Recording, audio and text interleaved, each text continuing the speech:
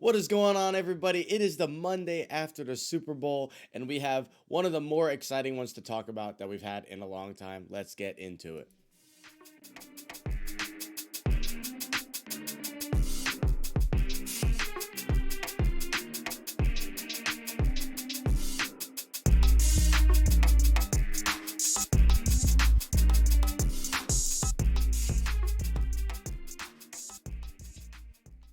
Welcome back, spectators, to another episode, and we have the biggest sporting event of the year to talk about. My name is Julian, and I have a special guest joining us as well, alongside Brooklyn. What's going on, guys? Doing good, man. How you doing? Dude, we're doing great. Our special guest, you want to introduce yourself? Sure, sure. Hey, everybody. Kenny Still Sr. joining you live from in the bedroom of the Spectators. And a little bit about myself. I'm retired from the National Football League. Played college football at Wisconsin with the Watt brothers. Followed me in that trail over there with Bucky Badger. Drafted by the Green Bay Packers. Played 5 seasons there. Went over to the Minnesota Vikings for a couple seasons. Retired in 1992. My son is active in the NFL now, going on 10 years with the New Orleans Saints. Spent some time with the Dolphins and with the Texans before going back to New Orleans. Also, my cousin Gary Stills played 13 seasons with the Kansas City Chiefs. My nephew just got drafted by the Oakland Raiders from the University of West Virginia. And I have another nephew that's going to be a senior this year, probably get drafted in the NFL as well. So a little bit of NFL pedigree. Decided, I'm glad you guys let me join the show today. Give you guys an insight look where the NFL guys see it and how we see it a little different from the average spectator. Yeah, and Love that. Love that. I didn't know about the whole family tree kind of having the NFL pedigree. There's some athletic bones in this family's body, I'll tell you what. Yeah, well, we're from Louisiana originally, so it's a lot of running in the woods and the hills and just genetically getting strong and then guys having a belief and a faith of trying to work themselves out of their situation to get to a better place. So Absolutely. Yeah, and you guys are able to do that, and it's awesome to see it kind of get passed down, and that love for football get passed down as well, and last even after your playing career is over. I mean, you're here with us. We're gonna talk some football today, and I know when we first talked, I saw the smile on your face talking about how we were gonna get into it. So I'm excited for yeah, all I'm that. looking forward to it Awesome. So we for had sure. Super Bowl 56 coming into LA with the second consecutive home team hosting it. This had never happened before. We get the Bucks did it in Tampa last year, and now the Rams do it this year. You have two pretty opposite teams for the most part. The superstar, top heavy Rams, and then this like very quietly built, they weren't great for a long time. Cincinnati Bengals, they finally put it together. They're healthy and they make a run nobody really expected to the Super Bowl, led by Joe Burrow and Jamar Chase. The Rams win 23-20. What are your guys' first kind of thoughts on this game? You can take the floor. Well, me, just I want to look at it from a statistical standpoint, realizing that the Rams went out and they built a team. I don't think they have a first pick in the first 100 players coming up here in the draft for the next few years. They Yeah, I just think it's 3 they years. pretty much have spent everything they had to get these guys. Yeah. I want to say six first rounders, a couple of second rounders, and one third rounder. So if you look at it just from that point, from that standpoint, the Rams should have won the game. They went Yep. all out to do everything they could do to win this football game, put themselves in position. You look at it, it was pretty turnover free. The two interceptions were the only turnovers, and one of them was late in the half there. It was almost like a punt. And then the other one, the receiver tipped it. So when you play a game like that, that's solid on defense, like both teams played, then it's going to come down to who's going to make the plays. Really, if you take away Cincinnati's halfback pass, they really don't get in the end zone that much. I mean, that's how they got one of their second touchdown passes by another player throwing it. So a little bit of trickeration involved to get them into the end zone. I thought the Rams would win the football game just based on defense, and I always say, offense sells tickets and defense wins championships.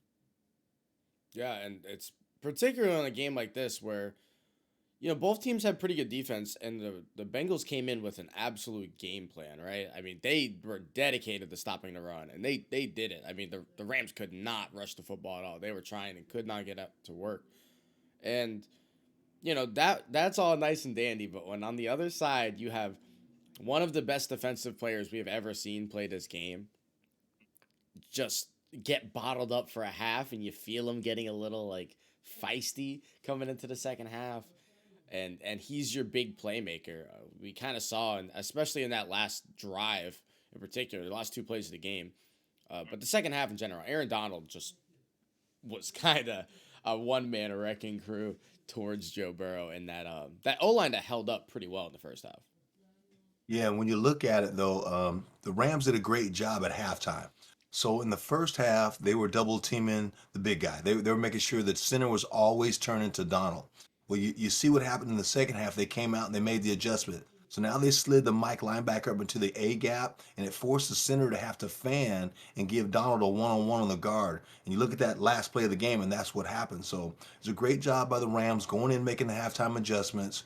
I mean, I thought as you listen to the game, just everything that the head coach did to get those guys in position with the heat and pregame warm-ups, not warming up until after the national anthem, that last 18 minutes where the Bengals were out early for 45 minutes, running around the heat, throwing the football around. You know, the Rams act like they had been there and they'd done it before. And then again, like I said, with the second half adjustment, we talked about it earlier. Cooper Cup was pretty quiet Yeah. in those in between quarters. Well, then what happens? They make the adjustments. The second half they come out. He makes the key catches and they score with those. But on defense, the same thing. They make the adjustment on defense, giving him an opportunity to go one on one, and nobody can block the guy one on one.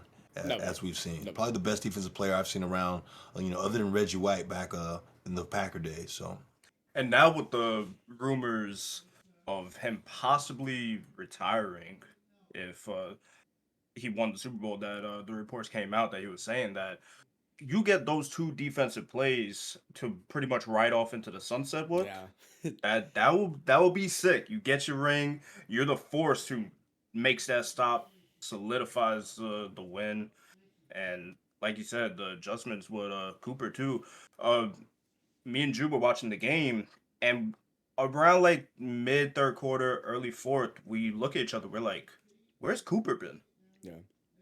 Cooper disappeared because early in the game, with that run offense just not existing at all. They were just stuffing the run, play after play after play. They had to go to the air.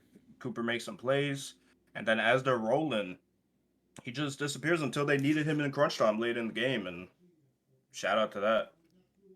Yeah, yeah, and I just some know. great throws in there Yeah, too. I mean, he absolutely. was throwing. I mean, you could tell they stay after practice and they work together because there's some throws there that were low at the ankles, around the shins that they probably laugh about after practice that they're working on and they're catching and they Yeah. play it off in the game. And So speaking of crazy throws, on that last drive of the game, Yeah, I Matthew was talking Stafford about that. does a no-look pass right to Cooper Cup, rolls over the linebacker, and then just replaces Cooper with a no-look dime straight like that. And that yeah, cr- crunch time like that on the game-winning drive to to do a win no or lose looker, the Super yeah, Bowl, you're yeah, doing no-look passes? Yeah, Man, and the crazy thing about that no look too, like Matt Stafford's like known as like the no look pass guy. Like he does that so often where he drags off a linebacker and he throws it to the spot, right? He does that a lot. But when he throws this ball, if you guys go back and watch the replay of it, it's actually kind of insane. When he throws yeah, this ball, Cooper Cup's a good like 8 yards from like the spot. He is not yeah, close to it at all. He just has insane trust that Cooper is getting to that spot on the look off. And like you said, the amount of practice that these guys do together, I feel like obviously in the NFL you practice a lot together, right? But yeah. you get along a little better with some guys than others, and you put in a little extra time off the field. Those two probably spend a lot of time together off the field. If I had a hunch, they yeah. have And a then I don't know if you heard before the game, they were saying that a lot of those guys live in the same neighborhood. They really. bought homes in the same neighborhood in LA, in Inglewood. So they are very close. But the NFL regulates practice time. So you only get so many hours on the field every week. So when that extra work is in, that's because you guys want to do it. Yeah, I'll take the Buccaneers for example. I know Brady was calling these guys all the time. Hey, we're working out extra day. We're meeting at the park. We're meeting at the complex. And that's all because the quarterback wants to do it. And that's how you become great. Yeah. Because the NFL does limit time with the players' collective bargaining agreement, the CBA, that the players union and the league office is always fighting over. And the players regulate the times, how much time they want to be out in the field because they don't want to get overworked either. So a lot of that extra time is because the quarterback wants to get out there and work with the guys. and the receivers and running backs have to be willing. And part of that, when you look at Tampa Bay, the first few times Brady wanted to get the guys out, Fournette and those guys, they were like, well, I'm busy today. I'm doing Yeah, something. they're Yeah. not trying to work. Yeah, yeah. And Brady's like, no, no, no, dog. If you're trying to get this ring, this is what it's going to take. And it's amazing we talk about, and you guys hear it all the time, is a bunch of grown men playing for, a diamond ring. And that's in reality what it is because Aaron Donald had everything else. He had consecutive Pro Bowls. He had everything he wanted. But at the end of the game, you see him pointing to his finger. Mhm. It's about that ring. And Yeah. it's amazing to see these guys making zillions of dollars, but it's about a ring. So, It's Yeah, about the ring, and then it might be a little insult to injury too, because you see when Joe Burrow won the national championship, yeah. he was pointing to the ring. So Yeah. you Yeah. pretty much sack Joe Burrow, and then you do that. Yeah, give him the You ring gotta style. love He should have been puffing a cigar. it. That's what he Uh should huh. have been. I'm surprised we didn't see any video of that last night because I know Joe after the AFC Championship was like, after every championship I win, I'm gonna smoke a cigar. I didn't see any of that on the Rams side. That was kind of interesting. And I don't think that's rubbing it in. I think he No, no, just enjoying the moment, yeah, without a yeah, doubt. Enjoy the moment, and that's what these guys do. And then the media, we put things in the perspective that we want them to see, that we want Yeah. everybody to see things as, and that's what we see. In Cincinnati's locker room, there was some joy. They made it a long ways. They won 7 or 8 on the road to get to where they were after 33 years of not being there. There has to be some celebration and excitement in that maybe building, not in that last night, room. but I think Yeah, I think there should be because if they think that this season is a failure because they didn't win this game, um, I think that's just the wrong mentality completely. And there's something that we talk about all the time on this podcast, especially when we're talking about football, is the moral Mhm. victories. This is a sport that is brutal on your body. You can have one bad game or one weird off ball injury or non contact injury like Odell, and we don't know what his injury is looking like, but he might be out for a year if he tore his ACL, right? This game is brutal, so you got to celebrate anything that you can celebrate when you can, because without a doubt. you don't know how I agree. much more you're gonna have, and so celebrate making it here, and that you guys are young. That in theory, if everything goes well and you stay healthy, and Joe is okay, because I'm not convinced he's okay after his injury. No, Um, no. that they have chances to come back here in the future. They have the team, they have the cap space, they have the young talent. They can do that. And as a young team coming into the season, you were written off. Nobody thought you were going to get close to being here. After Joe Burrow goes down with the ACL, you guys are probably third in your division coming into the league. I mean, coming into the season. So for you guys to ball out the way you did, for the team to come together, all the pieces to click, and then you make a run, you make it all the way to the Super Bowl, you only lose by 3. Yeah, That's something to be proud of for a young team. Sure, you're not satisfied with it, but again, not being in the playoffs for 33 years, that fan base was starving, and yeah, they fed them. They gave them a little taste, and I think all the players got a little taste too, being young, being hungry now. I do think there's a chance they could be back. Like you said, if everybody stays yeah. healthy, they keep on working, they add to a couple needs, fix that O line because getting Please, sacked 19 please, times in a playoff run, you're please, you're not gonna do that Man, again. That's so unprecedented. You're man. not doing that again. 19 times are just that many ridiculous. times and being in close games like you were. Like you got, That's the Yeah. thing. dude, their O line got absolutely bailed out by their defensive line because if you're gonna get sacked that many times, if you get sacked about 6 times in a game, you typically lose by 14, right? That's just You kind of what should, Yeah. happens. Like it's just what because you happens might because even fumble one of those. you fumble one or you get sacked on a 3rd and 3 and now you got to punt it when you were down, and like that's what happens Or now you're typically. trying to get the ball out earlier so you don't get sacked again, and now you're Yeah, throwing throw picks. interceptions. Yeah, Like, exactly. Just making bad decisions. yeah, Typically, this puts you in awful positions, and like I don't know if it was a game plan thing or a Joe Burrow thing. It was probably a mixture of both. They yeah. kind of worked around it. Like they made it work, and they had a lead going into the Rams' last drive of the game, and there's something to be said that it took. And you guys can correct me if I'm wrong. I think Cooper Cup was the best player in football this year. I mean, quarterbacks are always going to win MVP. I think Cooper Cup was the best player in football this year. It took the best player in football this year to get the ball 5 times on the finishing drive to beat you and win the Super Bowl. Yeah, and going to the Cooper Cup, you talk about him having the triple crown this year. Nope. So I was reading a stat earlier. Cooper Cup got the triple crown this year. There's only one other player that's done that, and that's Jerry Rice. Yep, Jerry. And it took Jerry Rice his career to do it. Cooper Cup did it in a season.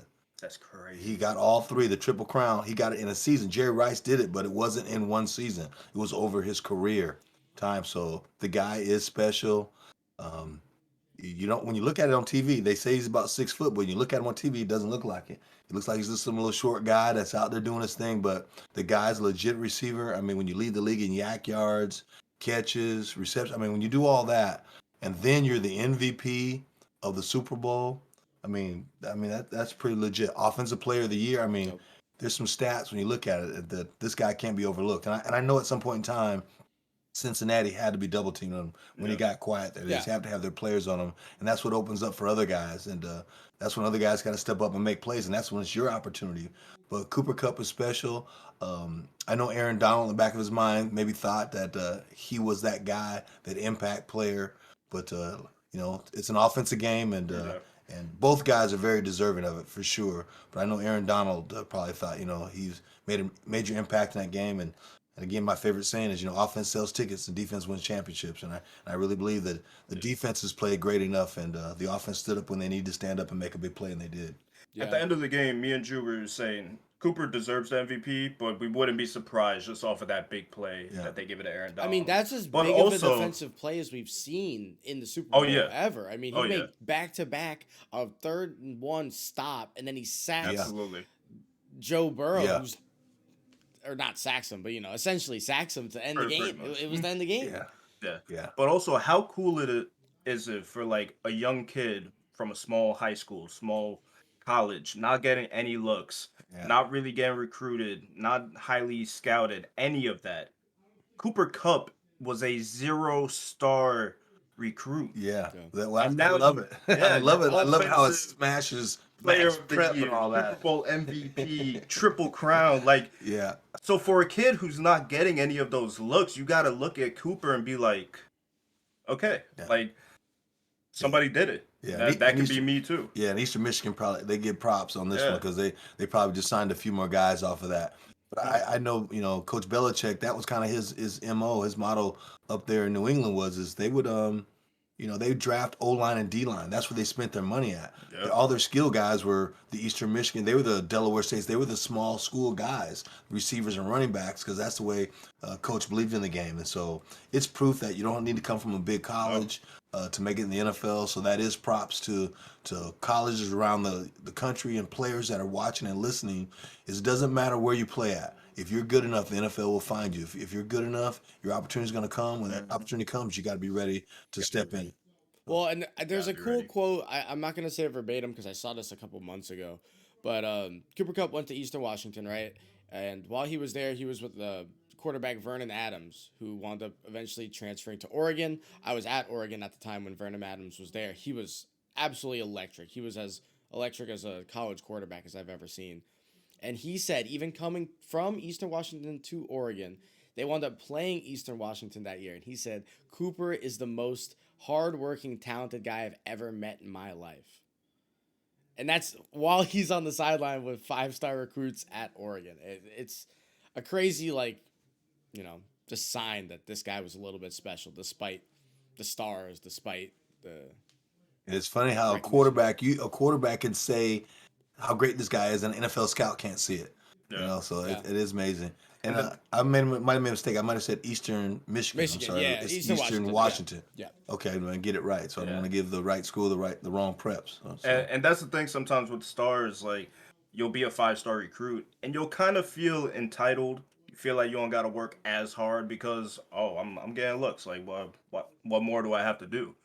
So the fact that somebody could see that in a lower star recruit like that and still put in that effort it's amazing. I was looking at his page today. He had no stars. Yeah, That's what I'm saying. Yeah. He didn't have a I'm star. saying in general for like lower star people.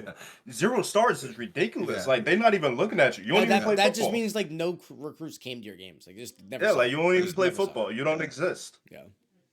Messed up. Yeah. So. And now he's the best offensive player that's not a quarterback in football, and he did it on the biggest stage. And it wasn't the crazy thing is this was his worst game of the playoffs. It was his worst game. Every other game he's had 130, 40, 50 yards, but he gets 2 touchdowns. Again, that fourth down play, they couldn't run the ball all game, and they're like, we're gonna run it, but it's gonna be Cooper because he's gonna get the ball. I don't care if he gets sacked or tackled. He's gonna get the ball and he's gonna make a play. Kind of like what the 49ers were doing with Deebo Samuel, too. Just give him the ball because this guy is just too explosive. And they did it. He got the 3 yards and, keeps moving to get to the red zone, and they throw it to him 3 straight times where all 3 could have been receptions, but there was flags on 2 of them. Yeah, and it was a penalty-free game up until that drive. The one major pass interference that they missed, offensive pass interference that they missed for Cincinnati's first touchdown was really the only early flag, and then those last 3 on the last drive, which were legit, they were all holding PI, and it was a crucial time for the officials to call them, but they were right. The one tough call they missed was the offensive pass interference. Yeah, that one was particularly bad, and it was the worst, or not the worst. It was the longest reception in Jalen Ramsey's career that he let up, and it wasn't even legit, honestly. He got a face mask that he's got pulled down and got tossed to the ground. Like what can you do about that? We saw that replay, and I remember we were watching it, and I was just like, are they not going to show the replay? Are they not going to show it? And they waited until the extra point, which I thought was strange. But I guess you can't throw a flag on those like you could for like one season. So we'll see the NFL. They're trying to step in and make calls before coaches got to throw the challenge flag and all that. At some point in time in the next few years, I mean, that's got to be a call from up top. That's just got. I mean, that changed the complexion of the game. Really, it gives Cincinnati the lead, and really they held on to it from that point, and they wouldn't have scored. The next play to get an interception too. So there's a big swing that happens from that. Yeah, definitely. So you're saying after a play, if there's a penalty, to let the ref up top call it? I think so. I think if we're scrutinizing the game the way we are, and there's so much money involved, betting is everybody can bet now. They're putting it out in front, so it's not like you got to hide to bet on games. If they're gonna make the games where they have that much value and they mean that much, they should call those obvious plays. I mean, that was obvious to everyone. Yeah. It's like the New Orleans Saints game where they got the pass interference and they didn't call it. I mean, that changes the livelihood of everyone. No, it definitely is. It definitely does, and I agree with you. But don't you think that could be a little bit of a slippery slope if they do it like that? Shouldn't be. Well, I think if you make the right call, there's no slippery slope. Yeah, and they're already doing it. They're already doing it. There's some challenges that we know are challenges, and the coaches are kind of waiting for the guy up top, and the league takes it over and says, "Oh, yeah, that was incomplete." They do it right now. They don't even make the coach throw the challenge flag. That's happening now. But with incompletions, that's one thing. But with penalties, well, on a play like that, I think so. That was a huge play. It was. It absolutely was. That's the only way it was like very obviously blown. Yeah. But they're not making a big fuss about it. I mean, we've read the headlines, and no one's made a fuss about it. But that was because a huge the Rams play. won, right? If the Rams lose, there's a big fuss, but they didn't lose. Yeah, exactly.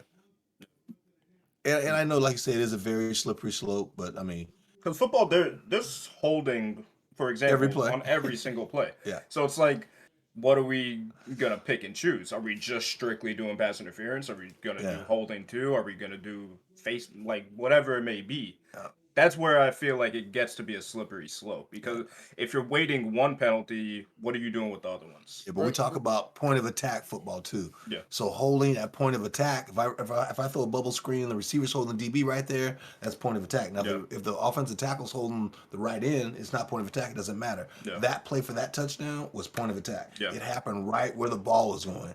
Mm-hmm. So I mean, that's how I see it. But like you say, it is a very slippery slope, and it's something that the NFL's got to look at down the line.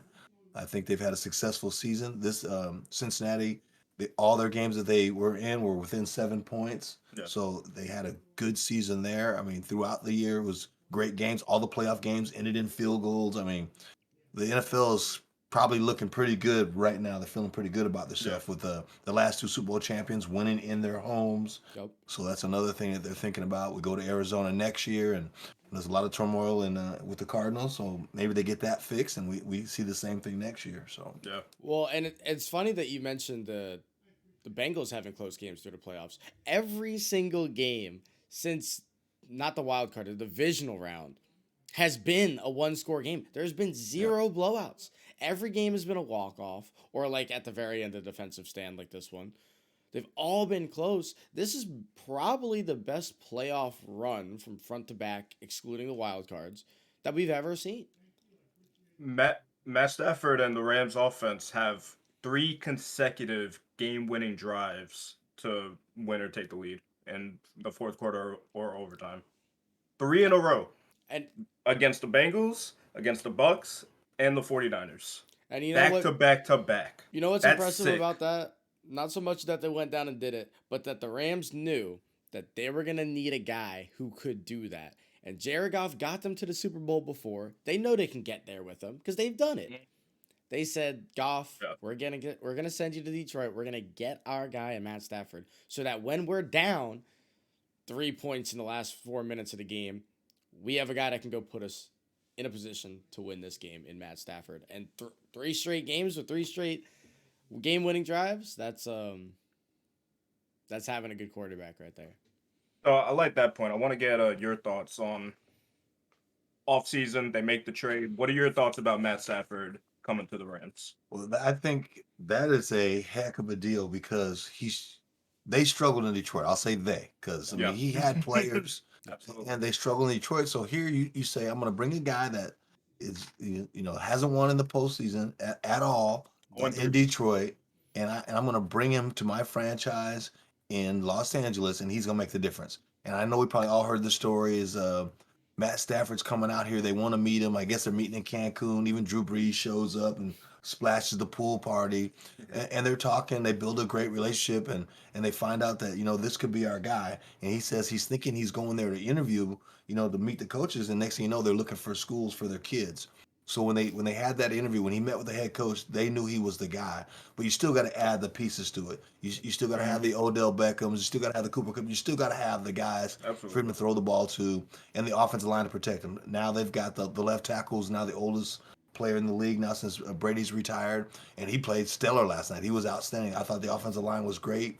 He gave him the time to throw the football, but all the right pieces have to be in place. I mean, the general manager and the chief operating officer did a great job of getting these guys the pieces that they needed to win the championship. I don't think one guy alone wins it, but your quarterback is your carburetor on the engine. If the carburetor sputters, then so does the engine. And I think they put a lot of time in the offseason. I mean, it's tough to see that they spent a first-round draft pick on the quarterback that they traded away.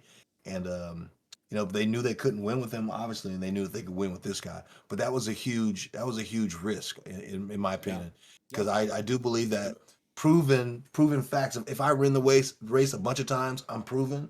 But if I get there and I've never won it, I'm not really proven. So Matthew Stafford, in my opinion, I mean, great quarterback. I loved him in Detroit. When I was with the Packers, I mean, the Packers, they always beat Detroit, but Matt Stafford's a great quarterback. Had Megatron to throw to him. He's a great quarterback, but I didn't think he was going to be the guy like he turned out to be. So it took the pieces, and obviously Cooper Kupp helped with that. The running game helped with that. Defense obviously helped with that because, Matt struggled. He threw 2 picks last night. He threw a couple picks in the games before. And he'll tell you that too. He'll tell you he didn't play his best football. Yeah. So it was a definite team effort. But for those guys to make that decision and make that trade and believe in him like that, and for them to win it all, it's pretty spectacular. And I've been reading articles all this morning because I knew I was going to come down and be with you guys and just, what they thought about everything they put into this team to get where they are. And they started out 7-1, and everybody was blowing them up like they all this and all that. And they went through a slump there where they lost a few games, and they made some changes, made some adjustments, added the receiver there. So. It's always a tough challenge to get to the Super Bowl. It's never going to be easy for Cincinnati to win all those road games to get there.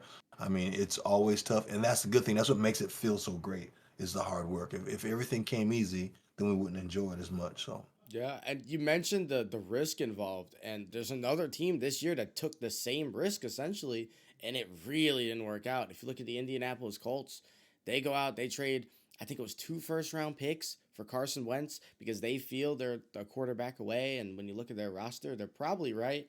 They go out and get Carson Wentz, and they start out 0-6. They figure it out. They win a bunch of games towards the end of the year, and then when they needed Carson the most against the Jacksonville Jaguars of all teams, he has maybe the worst game of his career, and now they're talking about trading him. And now he's likely not going to end up in Indianapolis next year. It's Yeah. a quarterback when you take a high flying risk and you kind of put all your eggs in the basket on, and then that's kind of how he treats you. Uh, with that Jacksonville game, that a lot That's of people tough. want you out of town too, and whether Yeah. it's Yeah, fair but or not. you got to add the other pieces. And again, I'm going to go to my favorite saying is, defense wins championships. They had the right pieces. I think adding the pass rusher defensive end from the Broncos, adding him to that defense that Von opened Miller, up yeah. Aaron Donald.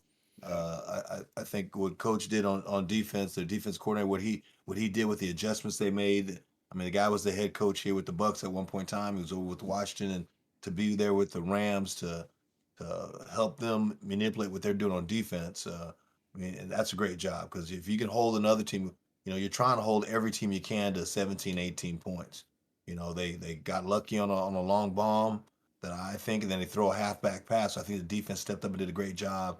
And you got to have those kind of players. You go out and you get a defensive back too as well. So the Rams put all their eggs in one basket, and it worked for them. They truly believed it. I don't think Indianapolis put all their eggs in one basket. They need to add more players than just a quarterback. You got to have a couple receivers to Yeah. throw to, and your defense has got to be dominant. And then special teams got to play a big part as well too. There's three phases. You got to dominate in all three phases. You look at the kickers last night; they both punted the exact same amount of time, but the Rams missed a PAT late, which could have been the difference in that football game. So I actually thought it was gonna be. I mentioned it to Drew at one point when they did. I was like, that might make a difference. yeah, And I feel like, obviously, in hindsight, it's a crazy thing. Odell stays healthy. This game just. yeah. Probably I think that it's I probably feel like it's it's probably a very very different game for those at healthy. least 2 touchdown oh yeah. difference because Coop would have been a little more open. You get him involved more. Odell looked dominant.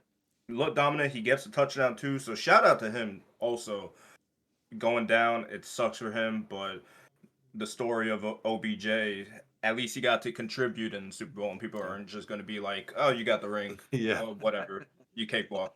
At least he contributed, so shout out to that. But that would have been a huge, huge part if he was able to stay healthy. Yeah, he's a front runner type guy to me. When things are going great, he's the guy. When things are going bad, he's Right. cancer.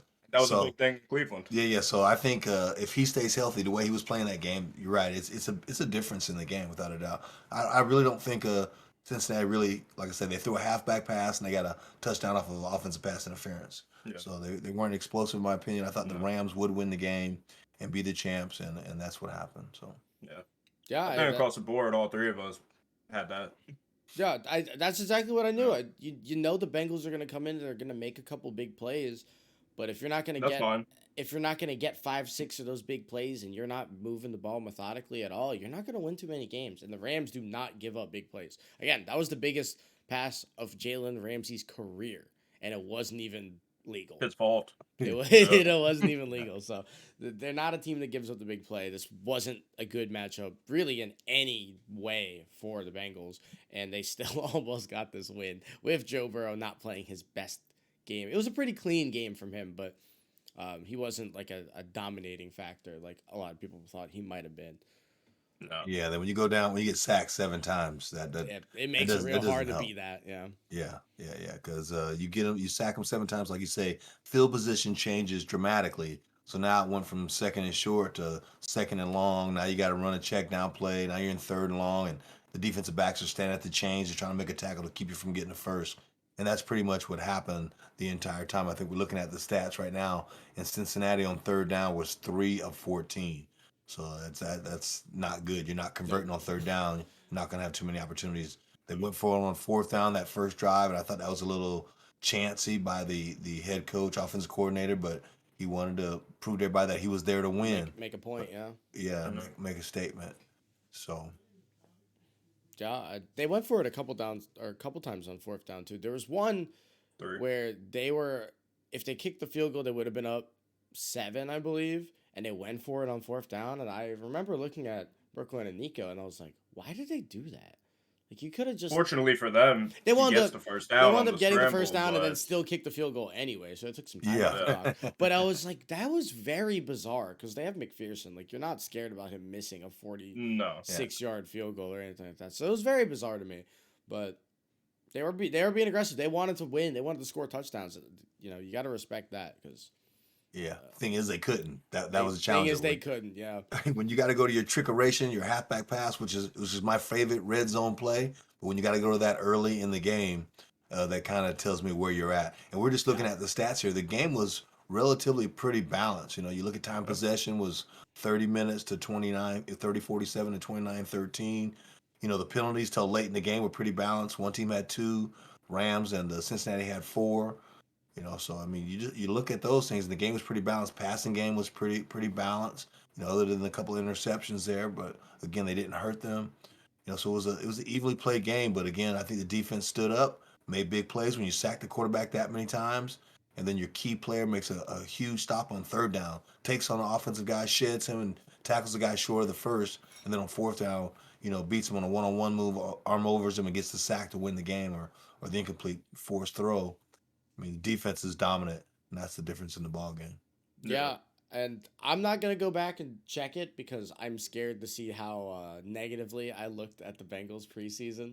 But I did say I believe that the Rams are gonna win the Super Bowl. I was half right and half extremely wrong, and we'll probably go back and listen to that. But it's been 12 hours or so.